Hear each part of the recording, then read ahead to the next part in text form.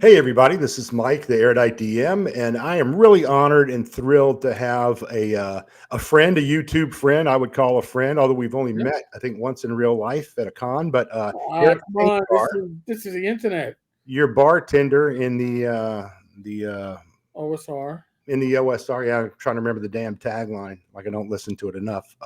Yeah. Erik Tenkar is here with me, and did I just see you toting a beer? What was that? You got a beer? Well, this is actually this mug is from the Troll Lords. This was one of the add-ons from one of the Kickstarters back in the day. But I'll be honest with you, I'm going to break the illusion.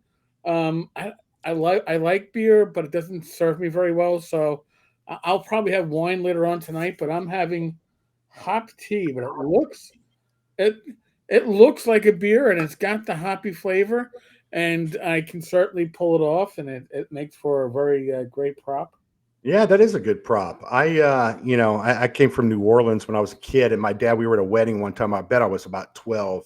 And my father, my, Irish father taught me that, hey, if you're ever in a situation you can't drink, just get a club soda and put a lime in it, and people think you're drinking. They don't need to know what you're drinking, Yeah. which I thought was an important lesson for a 12-year-old. But, all kinds of social situations. Oh, I when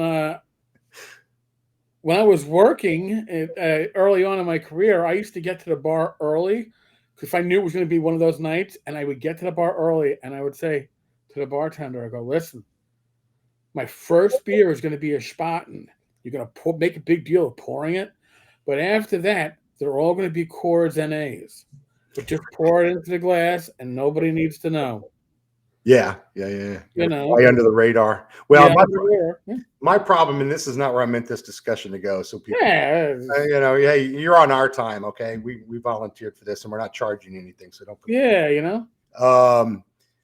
My problem is actually I'm type 2 diabetic as of about 2 years ago, so I have to, and I've spent a lifetime with loving I'm martinis type and 2 scotch. diabetic myself. Yeah, So, which is why I will gravitate toward red wine later on tonight, which does yeah. my blood sugar better. But yeah, I used to homebrew. I used to homebrew beer, and Oh wow. I had to give that up. When I found out I was a type 2 diabetic, I'm like, oh well, there goes that hobby. Well, as we get older, we got to pick and choose our battles. Yeah, so now I homebrew like AD&D and D&D stuff and OSR stuff. Exactly. Home brewing. Speaking of picking our battles, Yeah. so I asked Erik to join me, and the whole premise of this discussion is that, those of us who are on YouTube and are into the hobby, we all kind of follow each other. We watch different videos. We're on groups together discussing things, and we use the same terminology. I learn a ton about the background of this hobby by listening to guys like Erik and Rob Conley and Chubby and Tim Shorts. And so list goes on. And very grateful to you guys too for kind of catching me up, because I was out of the game for a long, long time. It's our job. This thing came along when I came back into this 3 years ago. I came into 5e. I was going to let me catch up and learn where they are now. Yeah. Thank you. I've since moved on, and I've got Shadowdark around here someplace, just easier, faster. But I would definitely play other systems. Hell, I'd go back and play BX, and I've got, where is it? Those are all my old AD&D books back there as my originals from back in the day. Nice. And I still, you did that video on the DMG the other day with Joe Block, and Joe did a version. Yeah. That's a good idea, by the way. Here's my feedback. Stay with that concept where the three of you talk and dissect a problem. I enjoyed that immensely. So just a little peek behind the, we're doing that weekly on Fridays. So we're always choosing a topic. That's going to be our weekly collaboration. Yeah. And then for the Sunday live streams, that's every other week. We're going to do like a live deeper dive probably into something like that. So yeah. Yeah, that discussion brought back so many memories, because just last week I was going there, and I forgot who it was. I think it was Joe saying something like, he doesn't remember ever picking that book up and reading it from the beginning to the end. I don't either. No. You probably don't either. It was always a pick it up. I might be looking for something, or maybe just flip through here. What's the next page? I went through it like 2 years ago and was like, what the? I never read this. Mm-hmm. It's like, because I never did that. I didn't know this was in here, right? And I had the book, so I don't know what we were doing, but I was a kid then. So, so we really, I wanted to pick Erik's brain and talk about where did the OSR begin? What is the OSR? Because I think you ask 10 people, you might get 5 to 6 different answers. Some of them may run together, but they're different schools of thought. Don't want to dig into that too deeply, but just an understanding, because I do know I have other friends outside of YouTube that I'm going, hey, come follow me on YouTube. And all they know is Baldur's Gate, and maybe they played 5e a few times. And I'm like, there's this thing called the OSR. There's a different way to play. I know it's going to sound like an old man rant. It was better when I was a boy, but it was different. And it was different. It was different. And I'll be honest with you. One of the secrets is the OSR, as it plays old school games, isn't how we played old school games back in the day. Yeah. This is like, hindsight's 2020. We've improved how we played. Because trust me, we're not playing like I played as a teenager. Okay? Me either. But I did do lots of stuff before it was called. I mean, it wasn't the OSR. Yeah. It was just we were kids.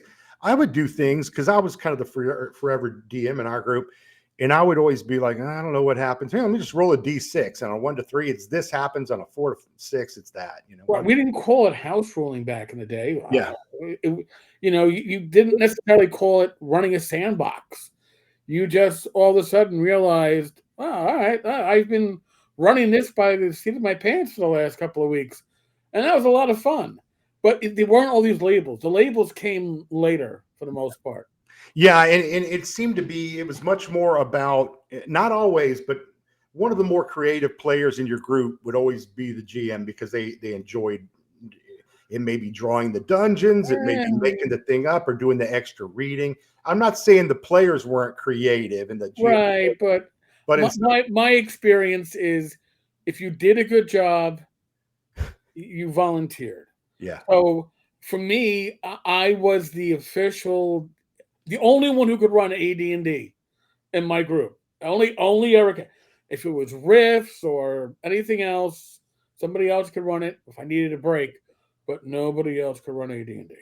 Did the other players argue with you about a rule, or ever point to something in the rule book, or want to look up something in the player's manual? Or oh yeah, they would try, but it's not like when we're playing with Joe and Rob and Tim. Like when we're playing in that group, you're playing with people that are game writers and game designers who have broken and rebuilt rules for the last 40 years.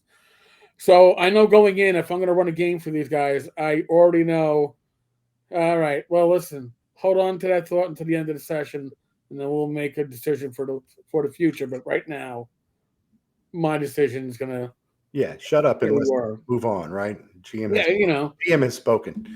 But going back to like the 80s or even the late 70s, whenever you started, I don't remember anyone ever bothering to question me about it. Things never got into a rules lawyer situation. Well, usually in my experience, I knew the AD&D 1E rules better than anybody else in my group, because I couldn't study foreign languages, but I could study RPGs. Yeah. So, and I get together with my old gaming group once a year, they like to pull out the D&D trivia cards. And they always tell me I'm the ringer because I still know all the answers, So it's like it's like an inside joke. Like, my answers don't count. Everybody else gets a score. With me, it's just like, yeah, whatever. You don't answer to the end. I wonder if Hasbro also owns the IP for Trivial Pursuit.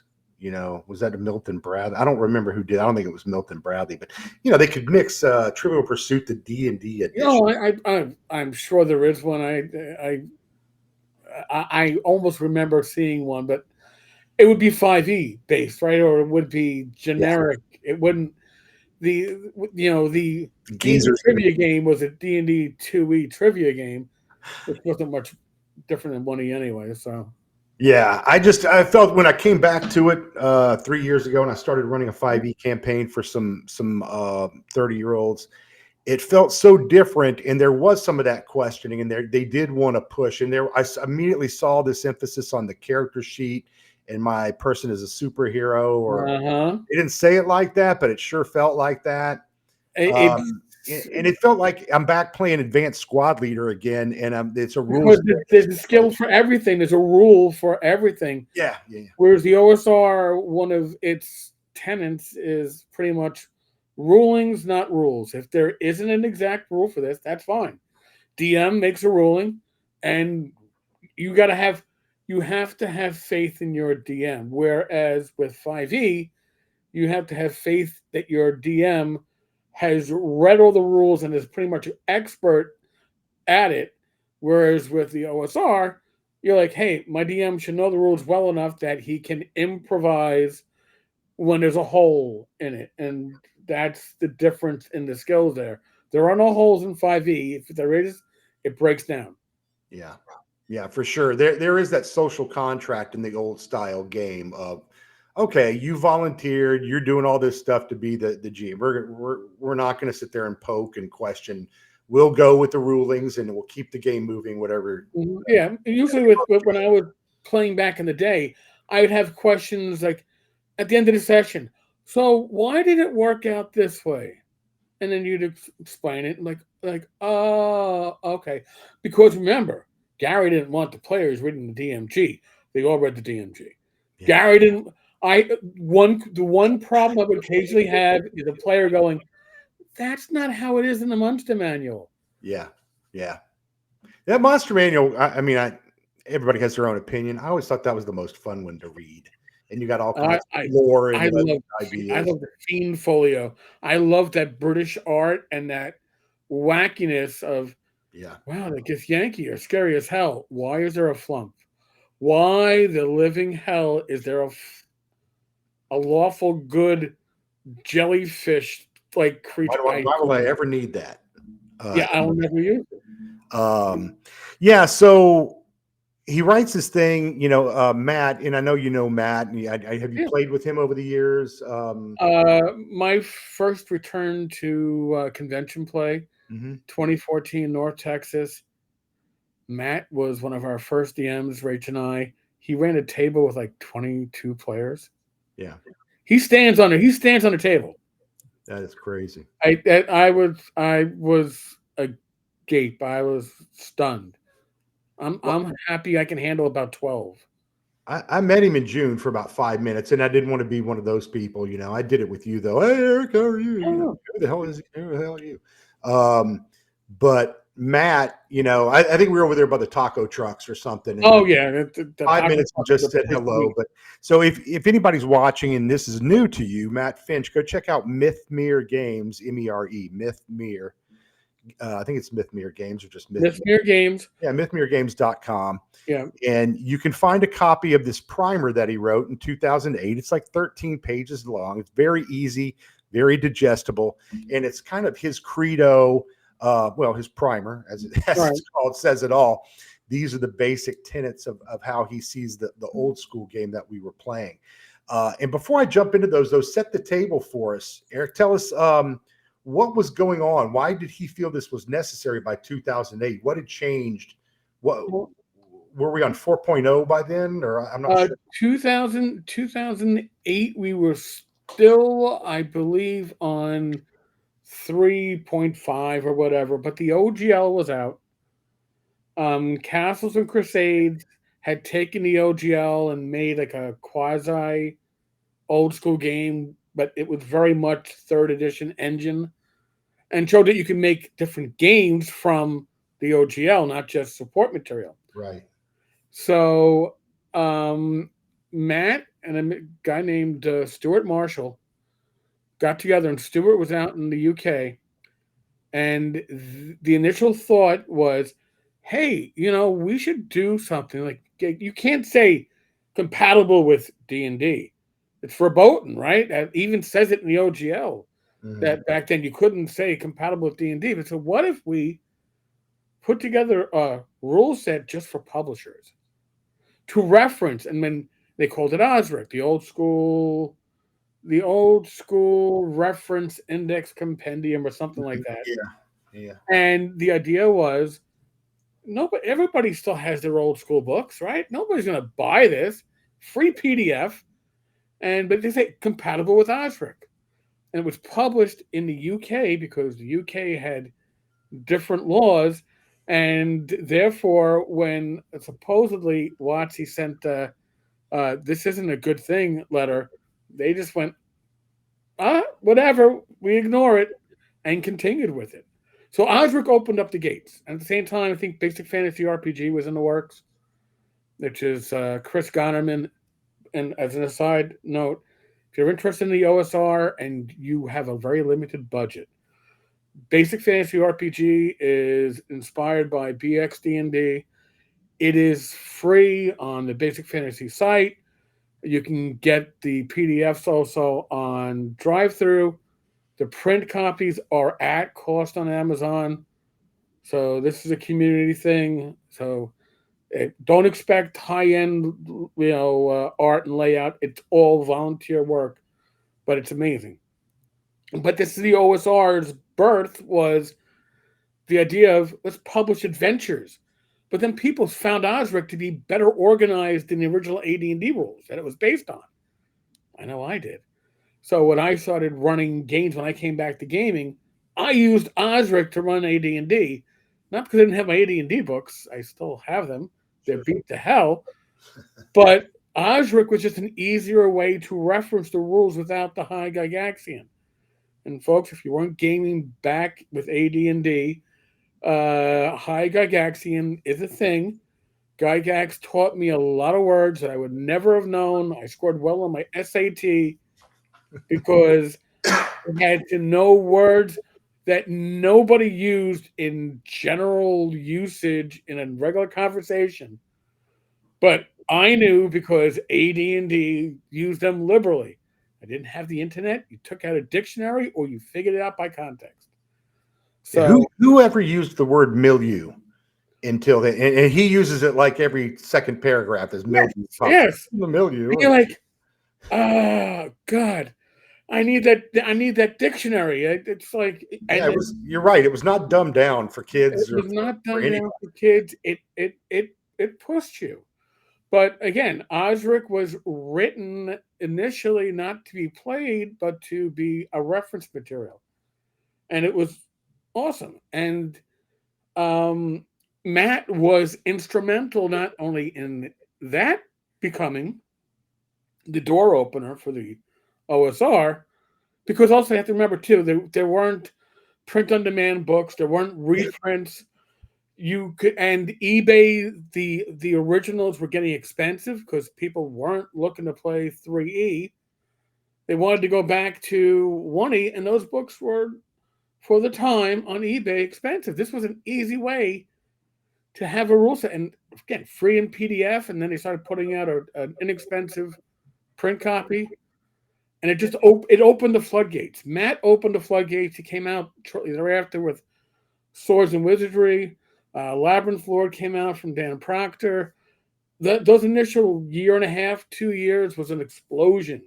The retro clones. Of retro clones, because they took the original rules, which weren't always best organized. You got to remember, they came out in, 1980, 81, early 80s. We're now 25 years later, layout. You can do layout on your home computer, whereas a lot of this stuff was being laid out by hand. So the move in technology and the ability to be a home or very small publisher was just the community was waiting for it. The time was waiting for it, and I don't even think I never even thought about it until now, but that's also around the time of 2008. There was a bit of a economic crash. Yes, there was. So Labyrinth Lord was free in PDF if you wanted the no art version. Swords and Wizardry Core was free in PDF. Osric was free in PDF. These are all ways to get gaming material, and it didn't cost you money when money was tight. Yeah.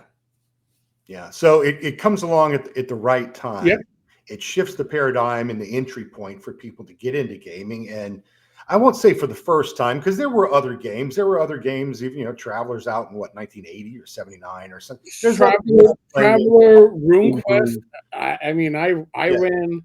That was my first sandbox, and I didn't even call it. I didn't know I was running a sandbox. I had Pavis and Big Rubble, and my players went where they wanted to go, and I just made sure that I knew where they were going. Oh, all right, yeah, ran with it, and I had a great time that summer. And then, like 20 years later, I went, oh my god, that was my first sandbox. I didn't even know it. Oh, go But figure. the advent of this open gaming license, where people It was nominally had the huge. right to go publish things, really not just adjacent, but really bolted on to D&D. Is that fair?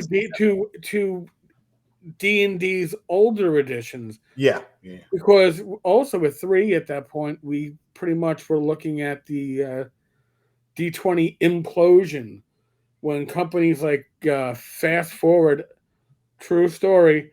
I remember on eBay there was a Fast Forward Entertainment FFE lot of hardcover books for D20, and they were $1 a book. I got 40 books for $40, and I think the $20 shipping. And when I got them and I opened them up and I looked at them, and it was like a magic item that was 24 pages long in hardcover.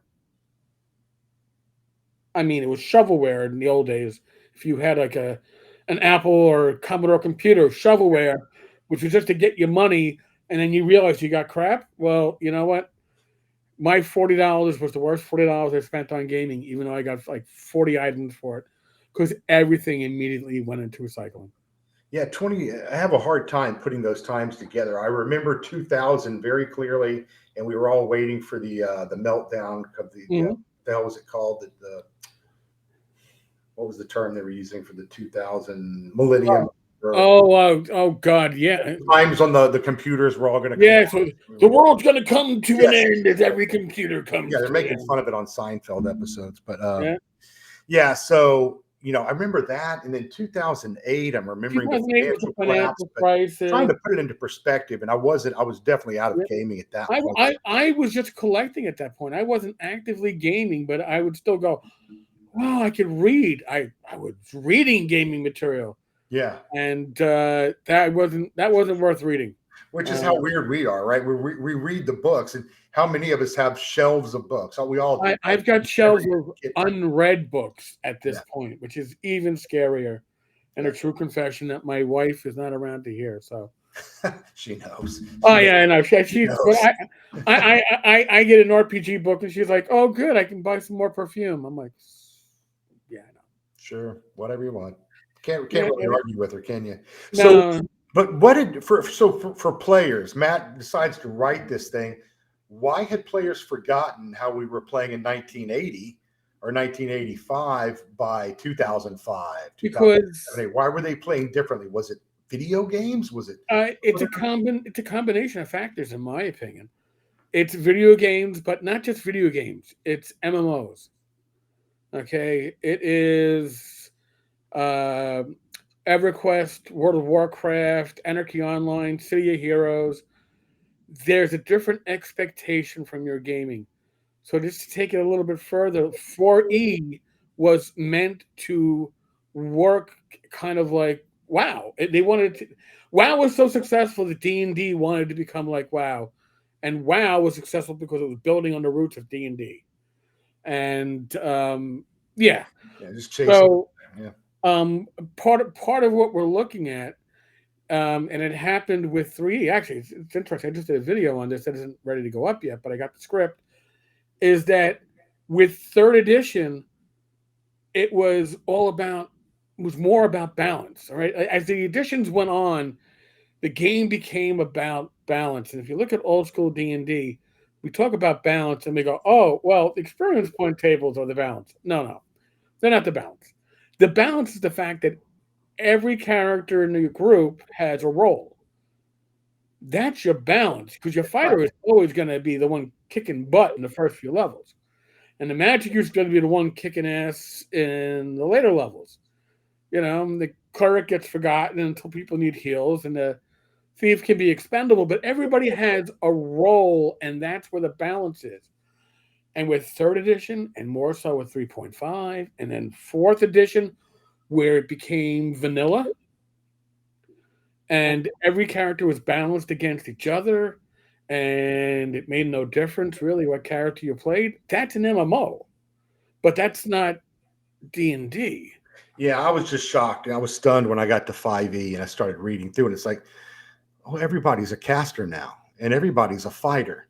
And Right. all it did was homogenize everything. Oh, and by the They- way, the more races or ancestries, whatever you want to call them, species, I don't give a shit. Whatever, however many more you add, they all just become the same thing. right. They're just trappings. They're just They're all humans with different skin or horns or whatever. You don't have that uniqueness.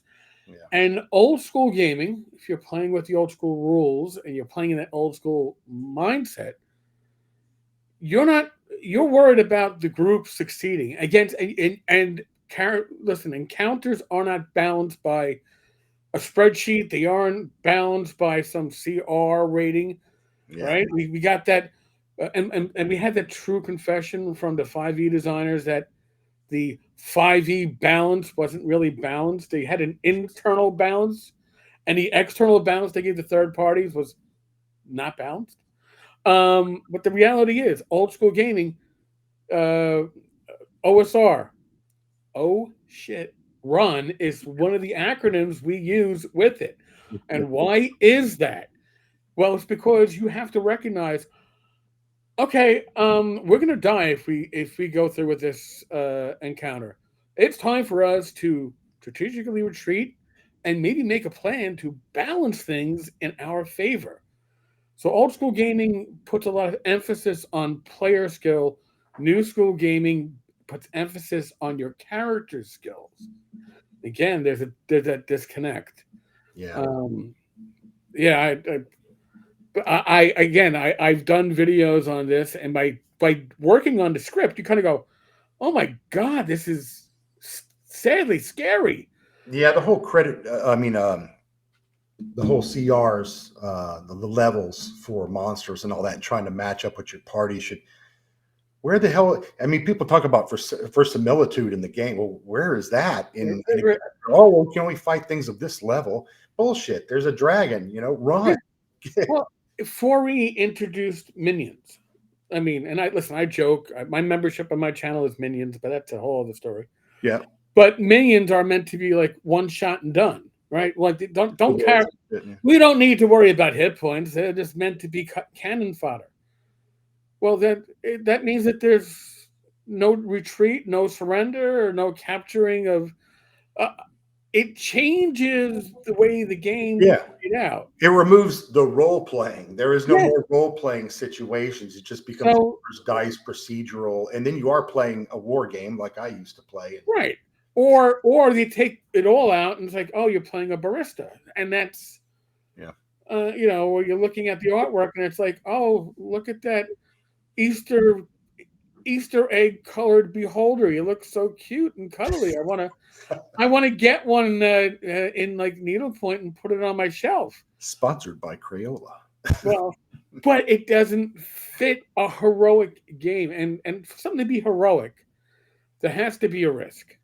You have to have a risk to be a hero, and I would say with 5e, one of the issues is, and I know I can say this because I played one session of 5e at a con.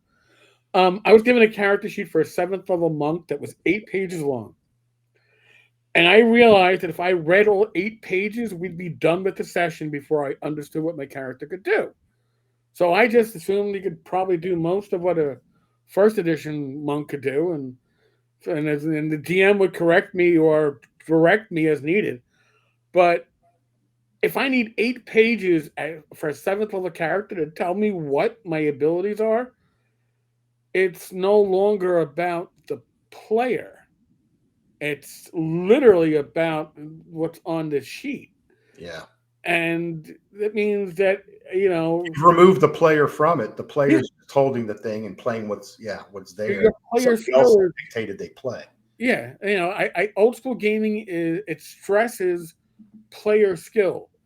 And when I say player skill, my wife plays, she got introduced because of me. She plays at conventions. She survived a Greg Gillespie Barrow Maze adventure because she learned real quickly, oh my God, I got to ask questions and they got to be detailed, and knowledge is power. And she played smart. You don't. She doesn't read a rule book for the life of it. That's the reason why Swords and Wizardry Light was 4 pages long. I knew I could run her through that, and she'd never have to read it. But she had a great session, but it's because she played smart. It wasn't about rules knowledge. It wasn't about, oh, how am I going to make my my this feat stack with this skill? Because remember, in 5e, you're planning out your character for 20 levels. My action bonus opportunity. Blah. Right. No. It's you're in the moment. What is the smartest thing that you could do? Ask the DM questions, probably. And then get feedback and work from that. It's a different mindset. But like I said, the more modern the game, and I shouldn't say that because then there's other games that are recent games that aren't like that. But the modern mindset of D&D, as the adventures are written by WotC, and as the characters are generally what you're given to create your characters. Nobody plays 5e with the basic rules. Okay, everybody plays 5e with all the bells and whistles because we're human and we want all the bells and whistles. But when you play with all the bells and whistles, your character can't die because if you've already planned out your next 15, 20 levels, you can't tell me my character's dead. And by the way, I can save 5 times before the bell is tolled for me because I get all these death saves. So yeah, it's a very different mindset. Very Yeah, it different. is. I felt in the new game that it was like me as DM or GM against their character sheet, and they were just kind of incidental to the whole process. Mhm. It was just a weird. It was not the dynamic I knew and I was used to, and I knew I had to find a way out of that pretty quickly. That being said, like you, if I was in a corner at a con and that was the game, and I was whatever, sure, I'll play. Oh, it was the Peanuts meet Cthulhu. So I was gonna play that. No, you could have run it with riffs. I would have been like, I'm in. So this is a good segue. It is a good point here. Let's get over to the four Zen moments Yep. that Matt called it in his primer. And the first one was ruling, not rules, which we already alluded to. Which is huge, by the way. And I personally would say that is the linchpin of the OSR. Okay, so if you understand that and you can have if you're comfortable with that, everything else that follows should be easy. But some people have a real issue with that. Yeah. I've seen it. You know, Well, people are that's like, because they oh, don't understand the correct role of. They don't. I mean, younger people, newer people. I say younger, newer players coming into the game may not understand. Probably don't understand that it's not an adversarial relationship. It's not. no, The GM is supposed to be impartial, right? Just a referee, describing the world as it unfolds, the events, and laying out the play for them, but not having a vested interest in I'm going to kill these guys or no, oh, I want them to live. I'm going to help them out. right. I Not how mean, it's supposed to work.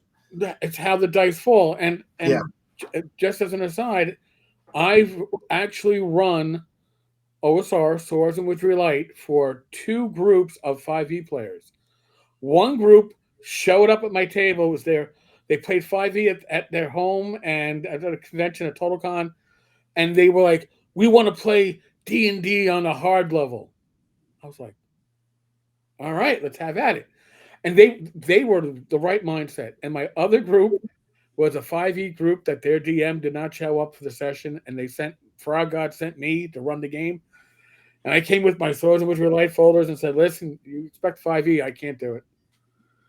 You'll be here. You'll be here literally for hours before we get anything done. Or Yeah. we can play." Well, I'm looking at your proficiency bonus, for something or And I will say this: I had one player get up from the table and walk away. yeah. One player walking by goes, "Is there a free seat?" I'm like, "Come on down." There is now. There is now. And in that group, I had one player that kind of got stuck on stupid. I don't blame him. All he knew was 5e. So everything was, I want to roll intimidation. I want to roll detect lie. And it got to the point where other players in the group were like, dude, there's no detect lie in this game. Just you think he's lying to you? Well, Role I play, need to ask roll. questions. Yeah. Right. That was it. And the other players, from a group of 8, 4 of them went to the Frog God table either right after the game or the next morning and bought the Swords and Wizardry complete rulebook because they're like, that was fun. That was different Yeah. because it emphasized different things. But I'm But going again, to tell you, and I'm sure I'm guessing you agree. It's great we have these other games. It's great the OSR came. It's great we have these retro clones, but it's about how the people, they have to play them properly and correctly, and the GM has to understand how to play it too. yeah, No set of rules by itself can do it by itself. no, and that's the thing. Personally, I think go to conventions, folks. Go to conventions. Conventions are the place to play a rule set that you don't have experience with. Okay, because honestly, that's my wife.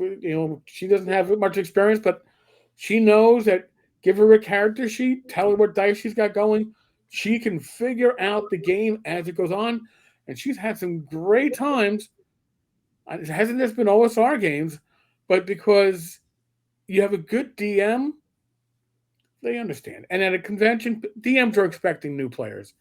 Unless we say in the caption, experienced players only, you're expecting somebody's like, I've heard of this game. I think I saw it online that somebody was talking about it.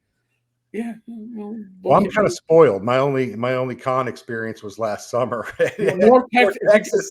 If you're You gonna don't need to say experienced play. They're all experienced. They're all GMs. They're all old but school. North Texas is the gold standard of smaller conventions. I've been going since 2014. It is my home away from home. It's amazing, but you probably got regional conventions that are similar depending where you live. Give it a shot. I mean, they don't bite. Okay, 9 out of 10 GMs don't bite, and the one that does just walk away. Yeah, Okay, it was so much fun, and just so it wasn't too big, it wasn't too bloated, and it was great no, to walk up to people. People like, hey, I've seen online before, and yeah, you just go talk and then go play a game or go have a drink or a beer or something. yeah, So let me get through these, Eric. So yeah. rules. I just made a note here, and he says in the thing about rulings, not rules. Rules are a resource for the referee, not for the players. Players use observation and description as their tools and resources. Rules are only for the referee, which is just what you were saying. Right.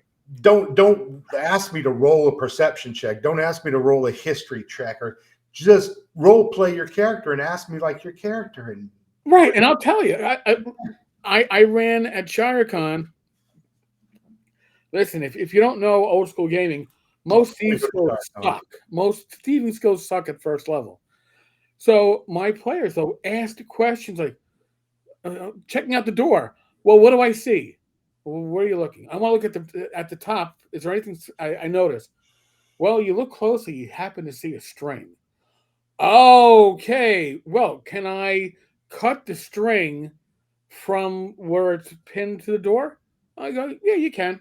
Well, they just disarmed an alarm trap without having to make a roll because they observed and they talked it out. If you have to roll in an OSR game, you've already put yourself at a disadvantage.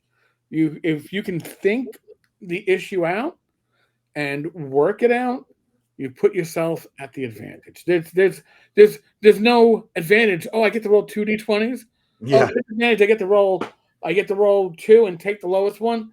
No. You're making your own advantage by asking questions, by observing, by thinking out of the box. You don't get in trouble for that in the OSR. yeah, You yeah. get rewarded for it. Outsmarted the odds, and it never even came to Yeah, a check. yeah. Even better. Let's see. Number 2, he says player skills, not character abilities. There you go. Players should not punish themselves for low ability scores. Oh, I only have a 4 intelligence, so I have to act like I'm dumb and No. a simp. No, that's not true. You don't have to do that at all. You're No. going to have a hard time when it does come to a check based Right. on intelligence. And if you want to use it as a role play, well, my guy is dim-witted, so he doesn't understand jokes. He takes everything literally. Then do it. I mean but just because you're or I have a low constitution. All right, well, fine. Then role play it. Your character might complain a lot about having to do these long walks. I always like the role play aspect of low scores. I look at them as a challenge. Tim's the same. I know y'all have played together for a long time, but Tim, every time we roll up like new characters for a Monday night game, he's like, "Oh no, in Shadowdark, I'm just rolling whatever I get is what I get down the line." I'm like, "Well, the rules do. If you don't roll Right. it at least a 14 or higher, you can re-roll." No, I'm going to play whatever. He wears it like a badge of honor that no matter how shitty this character is, And Tim tends to roll shitty. I've been in enough games. Yeah, he's been cursed, I will admit. Yes. Let's see. Yeah, so skills, not character abilities. The third thing was heroic, but not superhero. Develop normal humans and develop your character into a heroic character. Right. You start right away. You don't start at 5e. You start out with minor superhero abilities. Yeah. In an OSR, you're just lucky to get the second level. Yeah. Once your character survives a couple of adventures and you've leveled up once or twice, then your character starts becoming literally more real. They become something much more valuable because they've survived. There is value to that. And again, you can't be a hero if you're not doing if there's no risk involved. Characters, the stories about characters and their great accomplishments, once we talk about it, it's like you beat the odds. You did something that, wow, I can't believe that actually worked. It's not like, well, I got 17 abilities I can pick from. Well, let's see which works best. No. Well, see, that feels like Magic the Gathering, and I really haven't played that before, but it's something where you're playing skills that you dictate at the beginning of the game. And there are games like that, I realize, but this isn't one of them. Not playing it this way. He said something great. I thought this was a great little bit about heroic, not superhero. This is Matt Finch. To make a comic book analogy, characters don't become Superman. They become Batman. And they don't start as Batman. Batman is the pinnacle. He's a bit faster than normal, a bit stronger than normal. He's got a lot of cash, a bat cave, a butler, a henchman, and cool gadgets, but he can't leap tall buildings in a single bound. No matter all these advantages he has, he still can't do these. And using the Batman analogy, he plays smart. Yeah. He does what he can to put the odds in his favor. He surprises the enemy. He doesn't run face forward into combat. He's going to get from the side, surprise. He moves the odds in his favor, and that is smart play. Yeah, very, very true.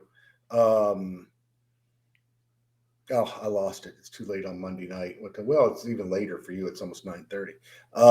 So the fourth thing he had was forget game balance. The party has no right only to encounter monsters they can defeat. You were just talking about this. Yeah. They don't have any right to encounter traps that they can disarm. They don't have a right to invoke a particular rule from the books, and no right to a die roll in every particular circumstance. Right. So it does. And I don't know. If it was maybe also superhero movies, because by 2005 or so, don't you have a couple of Spider-Mans out already? And you certainly have a couple of Batmans. I think the Superman movie got relaunched in. Yeah, and there certainly was this move back to comic books became huge again in the 90s. And so that trend is continuing. So maybe, you add all these things up, that in video games and all these other influences, and the mindset of younger people coming into the hobby was just different than it was for you and me in the late 70s, right? Oh, wow, paper and funky looking dice. This is for me. We came into the hobby either by wargaming or by a friend saying, "Hey, I found it." Somebody introduced them. It was almost viral. Yeah. But people today come in because they watched Matt Mercer and Critical Role. They played World of Warcraft. They played EverQuest. They come in with a different expectation and different experience. World of Warcraft, you die.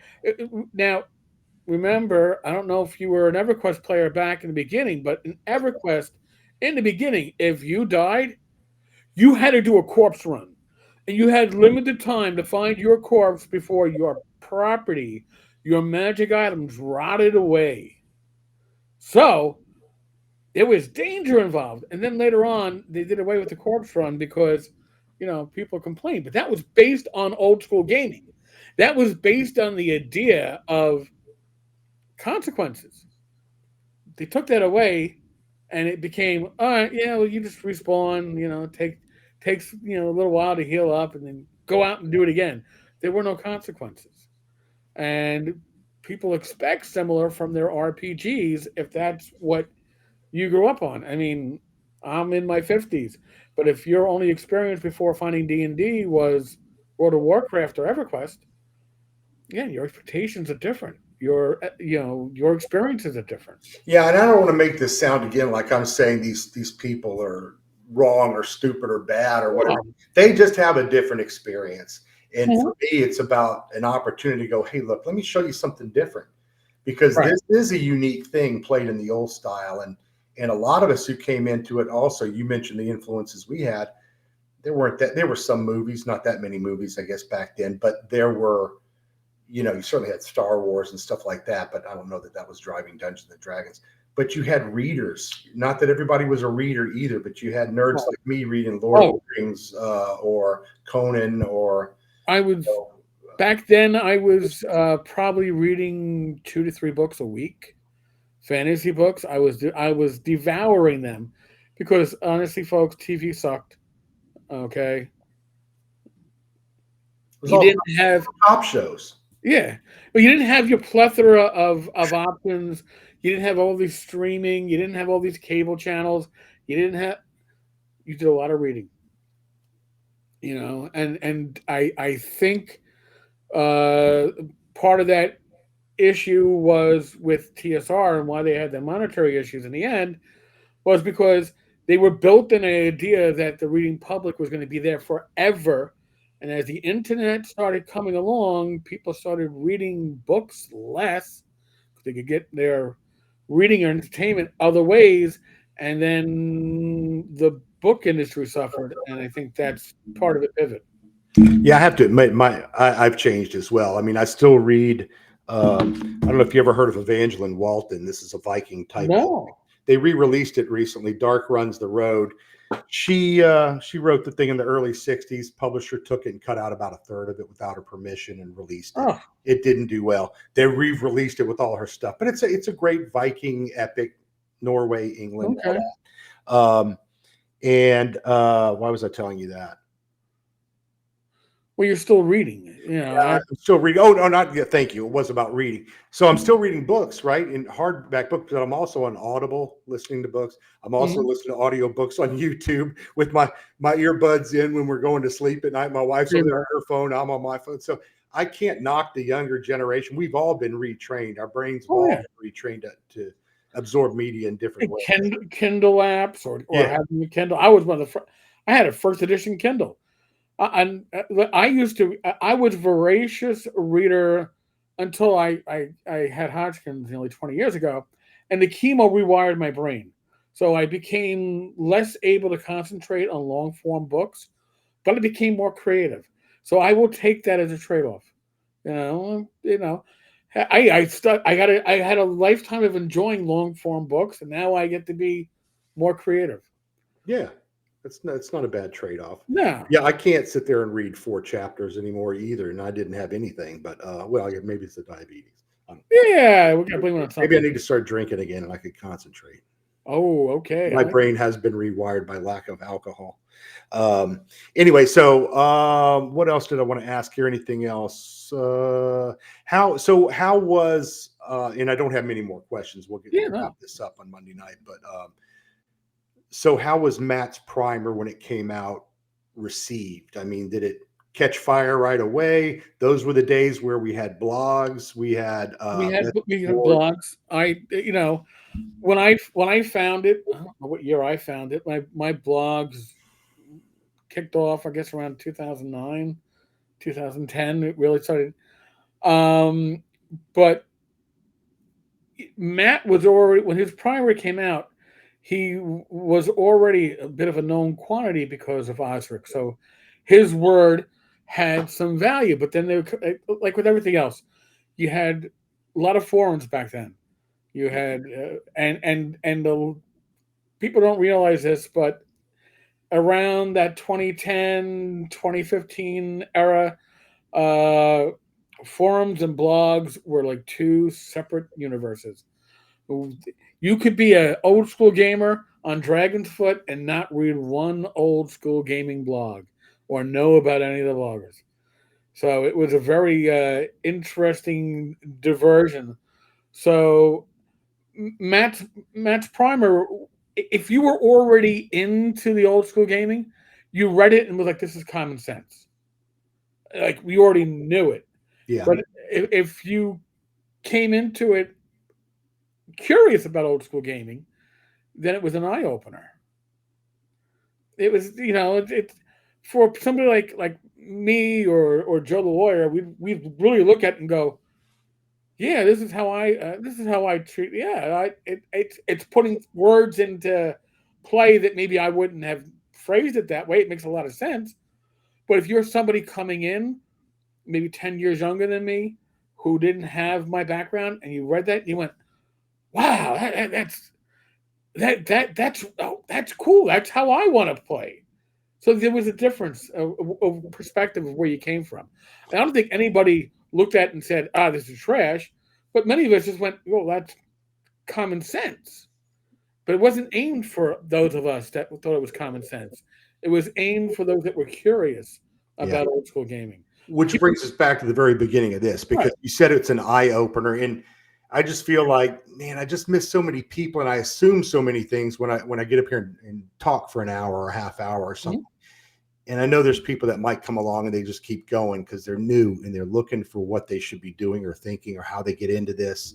Um, and we just have to keep saying it. I mean, maybe 10 years from now that somebody will still be talking about Matt's primer Oh, I'm sure they will be. because there'll be other styles of play by that time. Matt's primer is timeless. It's great. I try to go back. I'm probably overdue. I know I've covered it on the blog side. I probably need to come back and cover it again from the YouTube side, because it's something that you could really break down and go in depth on. But Matt presents it in a very easy way to digest. He doesn't hit you with a lot. Well, he does, but he hits you with a lot in a very gentle manner. A Well, I lot to think think about. when I first time I looked at it, I was like, well, this isn't very long, and this was Nope. a year ago or something the first time, and I kind of scanned through it, right? And I'm like, okay, it's pretty simple. And I'm like, well, really, it can't be that useful if it's this simple and this short, right? It I can was be. thinking it had to be some long, really, Right. some long treatise or something. But yeah, I mean, the beauty is in the um, the brevity of the document. It's really Yes. there's four cornerstones to it. If you understand those, you'll understand the rest of it. Mm-hmm. So let's wrap this up, but tell people who don't know Tenkar's Tavern what you do, what shows you do each week, what's coming up, where they can follow you. I'm going to have all the things in the show Oh, notes where yeah. they can follow your channel. I mean, I imagine they know who you are and what you do by now, Oh, but they may not. I don't know. There's movies. I experienced it years ago at my first North Texas when Rach was trying to flex. The guy's like, I don't know who he is. I was like, oh, you must go to forums and not blogs. He's like, Dragon's Foot. I'm like, that explains everything. It's okay. But my blog still exists. It's tenkarstavern.com. As we get to the new year, it's going to probably get revamped, and I got some revamping I'm trying to plan overall, but it's still there. The older posts are great. The more recent posts are mostly about you know deals for old school gaming, so and Kickstarters. So I love my Kickstarters. They're expensive. But Tenkar's Tavern over here on YouTube is my YouTube channel. I've stupidly, suicidally decided to increase my output. So it's one long form video a day, and it's live streams on Wednesday, Thursday, Friday, and Saturday nights at 8 p.m. Every other Saturday, first and third at 9 p.m. with Joe the Lawyer and Joe Block, the Greyhawk Grognard. And apparently on Rumble, last Sunday of the month, we're going to be the return of the Inappropriate Characters Rerolled. It was on hiatus for a bit. So, yeah, I have a wife that loves me a lot and allows me to do a lot of stuff in my retirement that should probably get like my husbandly rights cut off because I spend way too much time doing this. But I love the community. All right, that's what it comes down to. And I do live streams because a lot of people are not comfortable doing live streams because they're always afraid somebody's going to drop some word or talk about a subject that's going to get them demonetized or canceled. I don't give a fig Newton. You know, I like to live by the seat of my pants, and I love interacting with people live. So it's Yeah, I learned a bunch from you guys when I first started doing this. And I know what you're talking about. I love the comment section, the peanut gallery. Yes. Because the first thing that happens when you start up a video, the first people are jumping on there, and I jump in there and I'm like, oh, hey, so-and-so. Hey, what's going on, man? How are you tonight? It's like a live thing. It is literally having that live community adds so much. And I'm just going to throw this out there. I threw this out there the other night on my channel. But if you want to start up a YouTube channel and you want to talk about gaming, you can hit up me, Joe Block, Joe the Lawyer, any of us. This isn't a zero sum. We're happy to, at the very least, tell you how not to repeat our mistakes because trust me, we've all made them. But we want to see more people involved in this hobby. And back in the day, that was blogging. These days, then it became podcasting. These days, it's YouTube. And we just want to see more people get involved in it and share the hobby we love. So hit us up. We don't have a problem. I appreciate you doing this so much. This was a lot of fun because I never get to talk to you one-on-one. It's usually kind of, and you know, I think you know me by now in your comment sections. I'm the guy who's always making snarky jokes and trying to. Oh wait, you're the only one? Come on, there's a couple of people. Or somebody they're talking serious or bad mic or something, and I'm making jokes about something totally off the. Just trying to, you know. No, that's the fun of it. That's why it is fun. I love doing a lot of release. Yeah, I really do. The next time we talk, I want to do an interview of Feltothraxis and talk to Feltothraxis about his whole background. No, don't dig him out. You're looking. Don't pull him out. I don't think I have Felto near my desk. Yeah, and oh wait, he might be. No, he's not. I do have my my PD bear. But no, I don't have Felto near my desk. Yeah, we may have to. We may have to. That does require an open bottle of wine or something. Oh, I might have to reach over for my bottle of whiskey on that one because I have to loosen up the vocal cords a bit. Well, maybe next June, and I've already got my badge. I know you do too. And we were just looking at hotel rooms. We're going to be at that hotel next year. Last year we were across the highway, like I said. But we'll do a glass or two of whiskey, and maybe we'll keep it small. We'll keep it moderate. But that's good. Yeah. Well, we did the whiskey tasting on Thursday night. If you want to be part of it, I didn't do it last year, and I don't think we did it this last year, did we? Or was it tequila or something this last time? Whatever it was. But I don't know. Was it tequila? It wasn't tequila. I haven't had tequila. I can't tell you my tequila story, but it's about. You will get demonetized. You get me demonetized. It's a story. If the opportunity raises itself on karaoke night, I promised Glenn Hellstrom that we'd sing a duet, maybe "Summer Lovin'," something from Green. Oh, okay. I thought that would be fun. You know, give the kids a thrill. There you go. That's sick. All right, man. Well, hey, thanks so much. Have a good night. I'll be watching. I'll see you soon. And thanks for everybody for watching. You know how to do all this. Like us, subscribe, all that. And if I got one person introduced to Erik and his channel, make sure I'm pointing the right way. Yeah, I know. I get that whole. Yeah. And if you have questions about OSR stuff or comments, put them in the comments. I'm on my phone during the day and I will answer them as quickly as I see them. So thanks, everybody. Have a good night. Thank you, Erik. Good to see you again. God bless.